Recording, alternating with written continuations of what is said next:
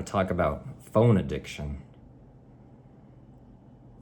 A lot of people have phone addictions. But what they're addicted to is not actually the phone. A phone's a device that's used to call somebody. No, when they say they're addicted to their phone, what they mean is they're addicted to some app on the phone. Usually it's a social media feed. Maybe it's Instagram scrolling or TikTok or things like that.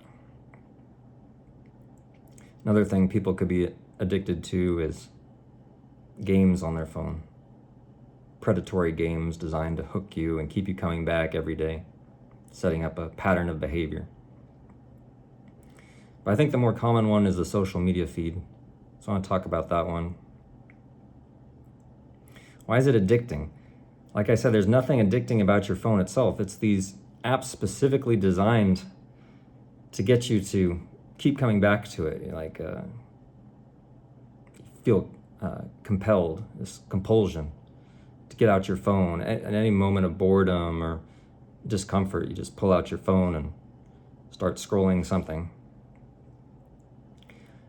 And the reason that it soothes you is because it's giving you intermittent rewards. Because these feeds, you don't know what you're gonna get. And that is exactly what's so addicting about them. It's like a little surprise, like you give yourself a little present maybe. But this is a present that some company somewhere has decided it should feed you with. The name of it, the feed, they're like feeding you, but it's not food, it's not nourishing. They're feeding you a hit of a gambling addiction, basically, is what it is. And that's why it's addicting, because it's basically gambling.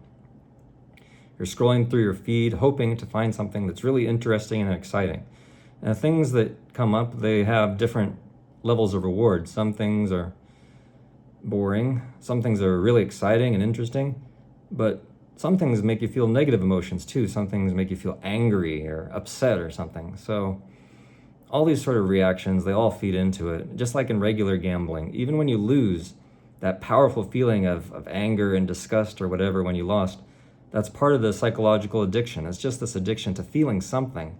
Instead of being bored or just uncomfortable, and now you're feeling excitement in one way or the other. Maybe you're super happy about winning, or you're super upset about losing, or in the context of a social media feed, you're super excited that you found something really interesting or found something cool your friends did, or you're really upset because someone posted something you disagree with or something political you don't like, something like that. So it's these intermittent rewards that cause this addiction, and that's what causes this compulsion to have to pull out your phone all the time and go right back to scrolling those apps.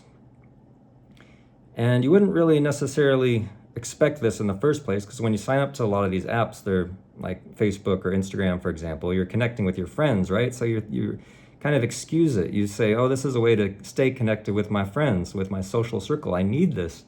So see how they insert it as something you need. You depend on them for your own social circle. That's pretty sick, but that's how they hook you into it. They try to get you to network it out and get all your friends onto it. And now you're all hooked up to this same feed, and they can feed you whatever they want and get you addicted. And it's not just like, oh, pretty pictures make me addicted. No, it's this intermittent reward of random results. That's one of the problems, is that the feed isn't giving you things you asked for. Instead, you're just going to the feed and saying, hey, give me something, and seeing what it gives you. Just like opening a present or opening some sort of random box that you don't know what you're gonna get, and it's exciting in that exact same way as gambling. So I wanted to explain a little bit about where this gambling phenomenon comes from and why it seems to have plagued the earth, and almost everybody seems to be suffering from the same phone addiction, they call it, but I think it's better we call it what it really is, which is a gambling addiction, and I think we'll understand it a lot better.